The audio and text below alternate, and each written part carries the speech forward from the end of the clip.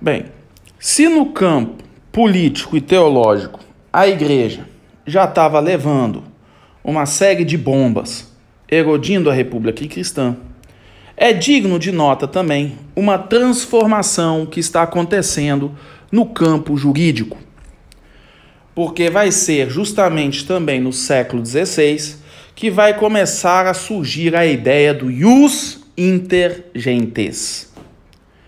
Basicamente, é a questão da condição jurídica do índio.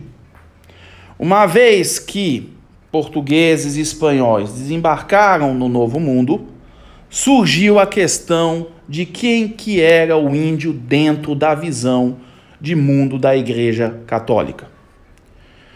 Então aqui você vai começar a ter um fenômeno de mudança na concepção de ius na Igreja, especialmente pela obra de Bartolomeu de las Casas e a Escola de Salamanca, também conhecida como a primeira escola de direito internacional.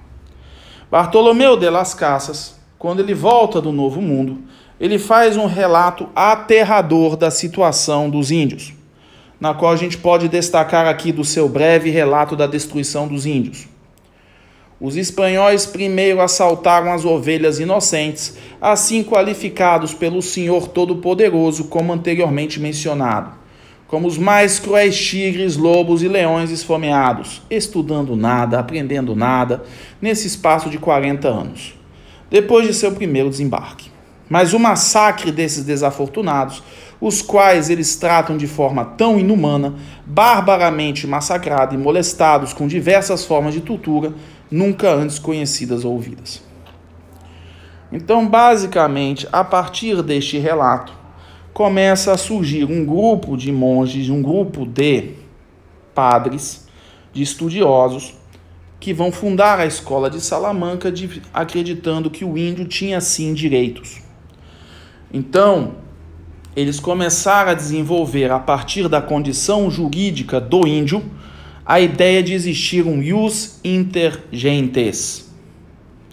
Basicamente, a crença de que os índios, mesmo não sendo cristãos, eles teriam um direito inerente, um direito, entre aspas, fundamental, que era justamente conhecer a palavra de Deus. Então, começavam a trabalhar a ideia de que o índio, mesmo não sendo cristão, mesmo sendo pagão, tinha um direito. Ou seja, concebia-se fora da concepção europeia cristã, então dominante, indivíduos com direitos fundamentais, que era justamente a ideia de se catequizar.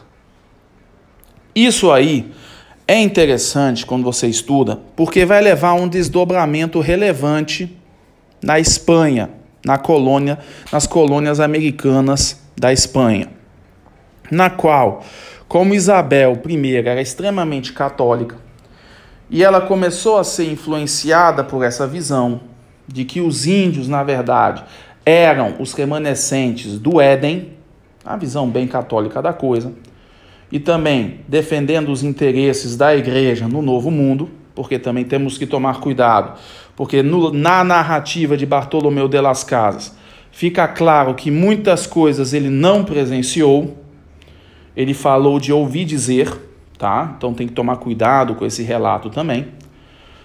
Ela começou a estabelecer o seguinte, no seu testamento, que o índio que fosse catequizado, ele seria considerado o súdito espanhol e não poderia ser escravizado. Então, o que gera a diferença entre a América espanhola e a América portuguesa quanto ao tratamento do índio é justamente isso. O índio que se convertesse ao cristianismo seria considerado espanhol. Entenda-se, ao catolicismo, tá? Não a liberdade religiosa que está começando a brigar lá na Europa. Essa não se aplica ao Novo Mundo ainda. Então, o que acontece? Começa a haver um choque, pois na América portuguesa, o índio convertido ou não poderia ser escravizado. Tanto que tem um filme que eu aconselho vocês a assistirem, que é A Missão, com Jeremy Irons, Robert De Niro. Ele é bem antigo e tem uma passagem que mostra bem isso.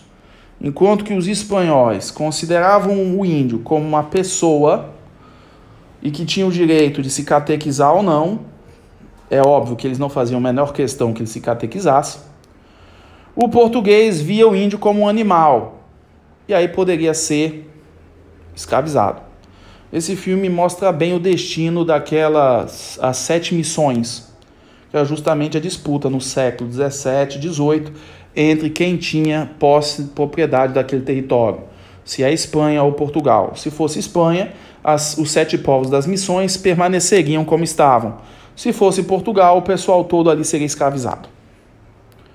Então é um filme muito interessante e ilumina bem a questão do índio e seu reflexo na concepção de direito e até de mundo cristão então dominante. Tá? Os principais expoentes da Escola de Salamanca, para quem quiser ter mais, vamos dizer, aprofundamento, é Francisco da Vitória, que é justamente a condição dos índios nas Américas, e Francisco Soares, o direito intergentes, o direito internacional. Tá? Então são livros que têm domínio público. Não sei se os livros em português são acessíveis na internet. Os em inglês eu já encontrei. Tá? Então fica aí que no ponto de vista do direito, nós temos também uma transformação. A transformação de existir um ius intergentes. É a primeira escola do direito internacional moderno, a Escola de Salamanca. Ou, como Wilhelm Greve, no seu livro As Épocas do Direito Internacional, falam, é o período espanhol do direito internacional.